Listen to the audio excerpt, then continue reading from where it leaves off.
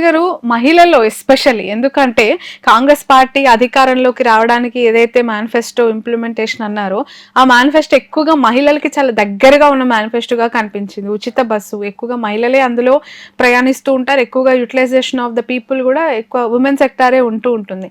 So వాళ్ళ women category యొక్క satisfactory satisfactory things ఏంటి?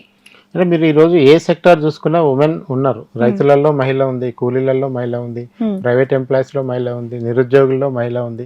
సో ఆ ఉమెన్ని మనం సపరేట్ చేసి చూడలేం. కాకపోతే గవర్నమెంట్ అధికారంలోకి రావడానికి మేనిఫెస్టోలో పెట్టినప్పుడు కానీ ఇచ్చిన 6 గ్యారంటీలో మహిళల్ని టార్గెట్ చేసుకొని ఇచ్చిన అంశాలు మనకు ఎక్కువ కనపడుతున్నాయి. ఇప్పుడు 6 గ్యారంటీల విషయానికి వస్తే కూడా అందులో ఇంప్లిమెంట్ చేస్తున్న దాంట్లో సక్సెస్ఫుల్గా ఏమాత్రం ఇబ్బందులు లేకున్నా కానీ కొంత ప్రాక్టికల్ సమస్యలు వేరు, బయట వచ్చే విమర్శలు వేరు. కానీ సక్సెస్ఫుల్గా నడుస్తున్న స్కీమ్ అంటే మహాలక్ష్మిలో బస్సులో ఉచిత ప్రయాణం అనేది వాళ్ళు పెట్టిన వాటిలో అన్నిటిలోకి బాగా సక్సెస్గా ఇంప్లిమెంట్ అవుతున్న స్కీమ్. అసలు అందులో ఏమన్నా దాని మీద కూడా విమర్శలు ఉన్నాయా, వ్యతిరేకత ఉందంటే ఉండొచ్చు కాక. ఇప్పుడు జెంట్స్ కి ఎప్పుడు సీట్ దొరకకపోతే ఎంతో కొంత వానికి ఫ్రస్ట్రేషన్ వస్తుంది కదా, దాన్ని మనం పెద్ద వ్యతిరేకత చూడలేము. కానీ బాగా ఉమెన్ మాత్రం యూటిలైజ్ చేసుకుంటున్న స్కీమ్లలో బస్ స్కీమ్ అనేది చాలా క్లియర్ కనపడుతుంది. అట్లాగే మహిళలకు 2500 ఆర్థిక సాయం అందిస్తున్నారు. అది ప్రారంభం కాకపోవటం ఒకటి, వాళ్ళు కొంచెం నిరాశగా ఉన్నారు. ఇంకా అదర్వైజ్ చూస్తే మీకు రైతులలో వాళ్ళు రైతు రుణమాఫీ చేశారు, అట్లాగే 500 రూపాయలు వడ్లకు బోనస్ ఇచ్చారు. ఇట్లా అన్ని చోట్ల కూడా ఉమెన్ కలెక్టివ్గా అక్కడక్కడ షేర్ అనేది ఉమెన్ కూడా గవర్నమెంట్ స్కీమ్స్ని ఎంజాయ్ చేస్తున్న వాళ్ళు ఉన్నారు మనకి. అది ఓకే సార్, ఏడాది కాంగ్రెస్ ప్రజాపాలన ఎలా ఉంది అనే మీ మొదటి ప్రశ్నకి 35 మంది బాలేదని చెప్పారు, 31 మంది బాగుంది అన్నారు, 22 మంది పర్వాలేదు, చెత్తగా ఉంది అనే వాళ్ళు 12 మంది ఉన్నారు. సో ఈ 12 మందిని పర్వాలేదు అనే కేటగిరీస్ గురించి కాకుండా 31:35% ఈ రెండు రేషియోస్ కంపేర్ చేసినప్పుడు నేను అంటే కాంగ్రెస్ వాళ్ళు ముందు ఆ చెత్తగా ఉందే తీసుకోవాలంట నేను. ఎందుకంటే 12% ప్రజలకి మన మీద కోపం గట్టిగా వస్తుంది, వ్యతిరేకత బాగా పెరుగుతుంది అనే దాన్ని తీసుకుంటే భవిష్యత్తులో మంచి నిర్ణయాలు తీసుకోవడానికి అవకాశం ఉంటుంది. అంటే బాగుపడదలుచుకుంటే అక్కడి నుంచి మొదలు పెట్టాలి. బట్ కాంగ్రెస్ వాళ్ళు ఏమంటారంటే దాన్ని క్లెయిమ్ చేసుకుంటారు, ఇది మా ప్రతిపక్ష పార్టీ వాళ్ళు లేదంటే మాకు వడన్ పార్టీ వాళ్ళు అని ఆ 12% క్యాల్కులేట్ చేస్తారు. అంటే జనరల్ గా ఈసారి ఏమైందంటే చాలా పని కట్టుకొని కేసీఆర్ని ఇంట్లో కూర్చోబెట్టాలి, మళ్ళీ హ్యాట్రిక్ ఇవ్వకూడదని ఒక సెక్షన్ ఆఫ్ పీపుల్ పౌర సమాజం గట్టిగా పనిచేసింది కేసీఆర్కి, టీఆర్ఎస్ వ్యతిరేకంగా. వాళ్ళందరూ ఏం ఆశించి అయితే కాంగ్రెస్ పార్టీకి ఓటేశారో అది జరగకపోవటం వల్ల ఇప్పుడు వాళ్ళు చెత్తగాని మాట్లాడుతుంది వాళ్ళే అనమాట. సో అంటే వాళ్ళు ఏం ఎక్స్పెక్ట్ చేశారో అవన్నీ ఈ 1 year లో జరగకపోవటం, ఆ దిశగా ప్రభుత్వం అడుగులు వేయకపోవటం, ఈ ప్రభుత్వం ఇలా ఉంటుందని వాళ్ళు భావించిన దానికి భిన్నంగా ప్రభుత్వం ముందుకు పోతున్నసరికి అరే వీళ్ళు అనవసరంగా గెలిపించినవరా అనే ఫీలింగ్ వచ్చిన వాళ్ళే ఆ 12% మంది. సో పాస్ మార్కులు అయితే దగ్గరగా వచ్చారు, బాగుంది, పర్వాలేదు, కలుపుకున్నా మనకి 53 దాకా వస్తుంది, పర్వాలేదు, అంటే not bad not good. So ఈ గ్రాఫ్ 35% బాగోలేదు అన్న పాయింట్స్ వీళ్ళు ఏ సెక్షన్ లోకి వస్తారంటే కేసీఆర్ పరిపాలనలో ఇచ్చిన సంక్షేమ పథకాలని కంటిన్యూ చేయలేకపోవటం వల్ల ఎవరైతే జేబులోకి డబ్బులు రావట్లేదో వాళ్ళందరూ కూడా ఈ కేటగిరీలోకి వస్తారు. మీకు చూడండి, ఇప్పుడు రైతు రుణమాఫీ చేశాడు, రుణమాఫీ ఏమైంది, బ్యాంకులో ఉన్న అప్పు తీరిపోయింది కానీ మీ జేబులోకి నా జేబులోకి రూపాయి రాలేదు కదా. గతంలో అట్లా కాదు, కేసీఆర్ ఏ స్కీమ్ పెట్టినా జేబులోకి డబ్బులు వచ్చేది, సాయంత్రం వైన్ షాప్ పోయేది, అది వేరే విషయం.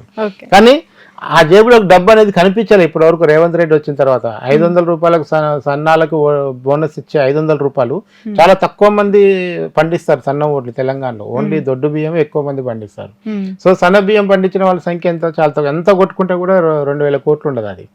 కానీ 21,000 కోట్లు రుణమాఫీ చేసినా కానీ ఈ రోజు రైతులు సాటిస్ఫై అయ్యలేరు, ఎందుకంటే జేబులో డబ్బు కనపడలేదు, బ్యాంకులో ఉన్న అప్పు మాయమైంది అంతే, మన ఇంట్లోకి ఏం రాలేదు. సో అందుకని వీళ్ళందరూ కూడా అంటే ఓ మాకు ఇంకేం చేయలేదు, ఈవెన్ దో 2000 పెన్షన్ 4000 చేస్తాడు, అది కూడా చేయలేదు.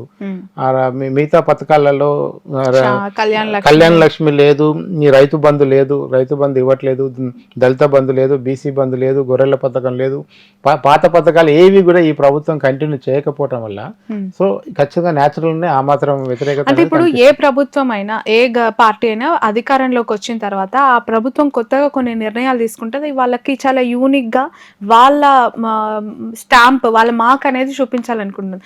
అవన్నీ కేసీఆర్ గారు పెట్టినవి, మేమెందుకు ఇంప్లిమెంట్ చేయాలని కాంగ్రెస్ కూడా అనుకొని ఉండొచ్చు కాక. ఖచ్చితంగా అనుకుంటది. ఇందులో ఇంకా కఠోరమైన నిజం ఏంటంటే ఈయన పాత పథకాలు చేయాలన్న డబ్బులు లేవు, కొత్త పథకాలు చేయాలన్న డబ్బులు లేవు. అక్కడ ఖజానా ఖాళీ చేసిపోయినాడు. అక్కడ మనకు వచ్చిన కామెంట్ లో కూడా ఒక కామెంట్ ఉంటది, కేసీఆర్ పోతూ పోతూ చిప్ప చేతికి ఇచ్చిపోయాడు, ఆ గల్ల పెట్టలు ఏం లేవు. ఇప్పుడు ఈయన ఏం చేస్తాడు, రోజు రోజు సంపాదించాలి, ఏ రోజు ఆ రోజు అప్పులకు వడ్డీలు కట్టడం సరిపోతుంది, ఈయన మాత్రం ఏం చేస్తారని పాపం రేవంత్ మీద సానుభూతి చూపిస్తున్న వాళ్ళు కూడా ఉన్నారు.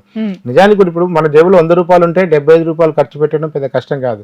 కానీ 25 రూపాయలు ఉండి 100 రూపాయలు ఖర్చు పెట్టాలంటే 75 రూపాయలు అప్పు చేయాల్సిందే కదా. ఈ రోజు రేవంత్ సర్కార్ కూడా అప్పులు చేసి మళ్ళీ పాత అప్పులను కడుతూ పోతుంది. ఓకే, సో ఈ 31% బాగుంది అనే కేటగిరీ ఏంటి? వీళ్ళకి ఏంటంటే ఒకటి, రాష్ట్రంలో ఒక స్వేచ్ఛాయుతమైన ప్రభుత్వం వచ్చింది, కొంచెం ఊపిరి పీల్చుకుంటున్నాం. ఎందుకంటే కేసీఆర్ లాస్ట్ 2 years పోలీసులను నమ్ముకొని పరిపాలన చేశారు. మీరు ఇట్లా మాట్లాడితే తీసుకుపోయి అరెస్ట్ చేశారు కదా. ఆ సోషల్ మీడియా అయినా, యూట్యూబ్ అయినా, ఏ మీడియా వాళ్ళైనా, ఏ ప్రజా సంఘమైనా, ఎలాంటి రాజకీయ పార్టీ అయినా ఈ కొంచెం యాంటీగా మాట్లాడుతుంటే తెల్లారి జైల్లో పెట్టారు, పోలీస్ స్టేషన్లో పెట్టారు. సో ఆ పరిపాలన నుంచి కొంచెం ప్రగతి భవన్ గేట్లు పగలగొట్టడం అనే ఒక విజువల్ అనేది తెలంగాణ ప్రజల్లో చాలా మందికి ఊరటనిచ్చింది. ఆ తర్వాత రేవంత్ రెడ్డి ఎన్ని రోజుల తర్వాత పోలీసులు వాడుతున్నాడు ఏందనేది మళ్ళీ మనం సమీక్షించుకోవచ్చు. కానీ ఓకే, మళ్ళీ కేసీఆర్ గెలిస్తే మనని బతకనిస్తా లేదా, ఊపిరి పీల్చుకుంటావా లేదా అని భయపడ్డ వాళ్ళు కూడా ఉన్నారు. వాళ్ళందరూ ఇవాళ స్వేచ్ఛగా హ్యాపీగా ఊపిరి పీల్చుకుంటారు. అంటే ఒక డెమోక్రటిక్ గవర్నమెంట్ వచ్చింది, మరీ నియంత్రణలాగా కాకుండా. అన్నిటికంటే ముఖ్యంగా ఏంటంటే ప్రభుత్వం ఏదైనా ఇబ్బంది ఉంటే చెప్పుకోవడానికి ఒక వేదిక దొరుకుతుంది. ప్రజావాణి అనేది ఒకటి ఉంది. ప్రజావాణిలో పోయి సమస్య చెప్తున్నాం. అంతకుముందు ఎవరికి చెప్పాలో కూడా తెలియని పరిస్థితి ఉండేది. సో ప్రజావాణిలో ఇంప్లిమెంటేషన్ అంటే ఇప్పుడు సమస్యను చెప్తున్నారండి, వాటి పరిష్కారం ఎంత వరకు ఉంది అక్కడ? అది మన దగ్గర ఆ స్లైడ్ కూడా ఉంది, ఎంత పరిష్కారం చేస్తున్నారు, ఏమవుతుంది అనేది కూడా మన దగ్గర సెకండ్ క్వశ్చన్ అది ఉంది. సో ప్రజావాణి దరఖాస్తులను పరిష్కరిస్తున్నారా? సో మీకు అవుతున్నాయన్న శాతం 16% కనపడుతుంది. అంటే మీరు అన్న అభిప్రాయం అక్కడ కనిపిస్తూనే ఉంది. నా అభిప్రాయం అయితే కొన్ని మాత్రమే అనే దానికి 34% హైయెస్ట్ మనకి ఎందుకు కనపడుతుంది అంటే ఫీడ్బ్యాక్ సిస్టమ్ ఒకటి. అంటే ఇప్పుడు ఏమైందంటే అండి, ఇవాళ రేవంత్ రెడ్డి గారు ఏంటంటే ప్రజావాణి దరఖాస్తు వచ్చిందని ఆయనే చెప్పాలి, పరిష్కరించిన కూడా ఆయనే చెప్పాల్సిన పరిస్థితి. అధికార యంత్రాంగం ఏం చేస్తుంది, మిగతా కేబినెట్ మంత్రులు ఏం చేస్తున్నారు, వీళ్ళందరూ కూడా పనిచేయాలి కదా. అన్ని రేవంత్ రెడ్డి చూసుకోవాలంటే కూడా సాధ్యం కాదు కదా. సరే, ఇక్కడ ఏమైందంటే ఫీడ్బ్యాక్ సిస్టమ్ లో కొంచెం లోపం ఉంది. అంటే మీరు అప్లికేషన్ ఇచ్చారు, మీ అప్లికేషన్ ఏ దశలో ఉందో మళ్ళీ మీకు వెనక ఒక ఫీడ్బ్యాక్ రావట్లేదు.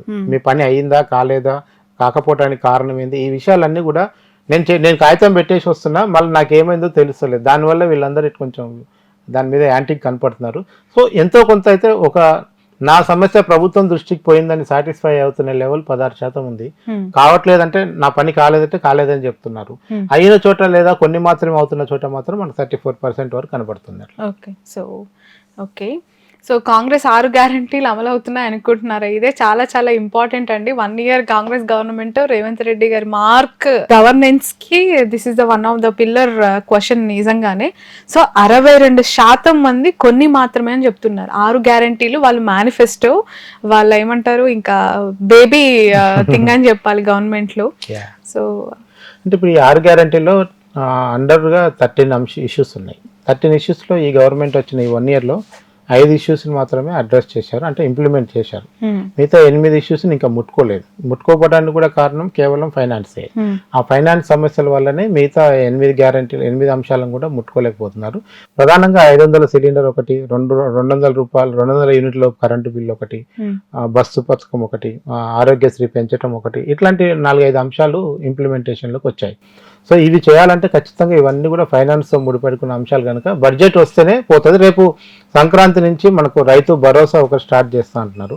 అదొకటి జరిగితే కనుక మీకు రైతాంగం, గ్రామీణ ప్రాంతాల్లో ఉండే ప్రజలు ఎంతో కొంత అగ్రికల్చర్ సెక్టర్ వరకు దాని చుట్టూ ఉండే అనుబంధ పరిశ్రమ వాళ్ళు ఎంతో కొంత హ్యాపీగా ఫీల్ అయ్యే అవకాశం కనపడుతుంది. ఓకే, సో ఈ 62% లో ఇంకా మీరు తెలుసుకున్న అంశాలు ఏంటండి? అంటే ఎస్పెషల్లీ ఏ ప్రభుత్వం అయినా వాళ్ళు మేనిఫెస్టోలో పెట్టిన అంశాలకు సంబంధించి చాలా పర్టికులర్గా ఉంటారు. అదే గెలిపోవటంలకు కారణం అవుతూ ఉంటుంది. సో ఈ ప్రభుత్వం గద్దెనెక్కడానికి ఆ మేనిఫెస్టోలోని 6 అనేది చాలా వైబ్రెంట్ ఫిగర్ యాక్చువల్ గా కాంగ్రెస్ కి. ప్రతి సంవత్సరం 6 అని చెప్పారు రేవంత్ రెడ్డి గారు, మరి ఇప్పుడు 62% వచ్చింది. అదే, ఎందుకంటే 6 గ్యారెంటీలు అమలు చేయడానికి ఉన్న ఏకైక అడ్డంకి ఫైనాన్సే. ఇక్కడ చేయకూడదని గవర్నమెంట్కి ఏం లేదు, ఎందుకు చేయాలన్న వ్యతిరేకత ప్రభుత్వంలో ఏం లేదు. వాళ్ళకున్న ఏంటంటే వాళ్ళ దగ్గర డబ్బులు లేవు. ఇప్పుడు ఈసారి రైతు రుణమాఫీ చేశారు ఈ 1 year లో, నెక్స్ట్ ఇయర్ కి రుణమాఫీ ఉండదు కనుక ఆ డబ్బులు తీసుకొచ్చి రైతు భరోసా కింద ఇచ్చే అవకాశం ఉంటుంది.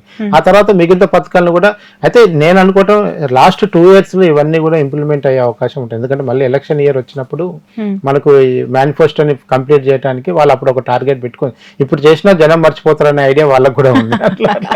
సో కాంగ్రెస్ 6 గ్యారెంట్లు అమలవుతున్నాయి అని చెప్పి వీళ్ళు చేసిన సర్వేలో 62% మంది కొన్ని మాత్రమే అమలవుతున్నాయి. మనకు కూడా తెలుసు ఓపెన్ గా ఈ రోజు బీఆర్ఎస్ ప్రధాన టార్గెట్ మేనిఫెస్టోలో అంశాలు మీరు ఫుల్ఫిల్ చేయట్లేదు, ఎప్పుడు చేస్తారని చెప్పి క్వశ్చన్ చేస్తోంది. ఫ్రీ బస్ అనేది అండ్ రైతు బంధుకు సంబంధించి అలాగే కొన్ని ఉద్యోగాలకు సంబంధించి వీటిని మాత్రం క్లెయిమ్ చేస్తున్నారు కానీ మిగతా గ్యారంటీస్ కి సంబంధించి ఎక్కడ ఫోకస్ చేయట్లేదు, మాట్లాడట్లేదు. అండ్ 20% మంది కావు అని చాలా స్ట్రాంగ్ గా చెప్పారు, అది ఇక్కడ రెడ్ మార్క్ లో చూపించారు. అండ్ అవుతాయి అని నమ్మకంతో ఇంకా టైం ఉంది, ఇంకో 4 ఏళ్ల సమయం ఉంది, ఇప్పుడు జస్ట్ 1 year అయింది. 14% of Telangana population Congress party ఆ 6 గ్యారంటీలు అమలు చేస్తుందని చెప్పారు. అండ్ కొన్ని మాత్రమే అమలు చేయగలదు అని 62 మంది చెప్తే అసలు కావు తెలియదు అని చెప్పి 4% మంది, అసలు కావు అని 20% మంది ఇక్కడ చెప్పడం జరిగింది.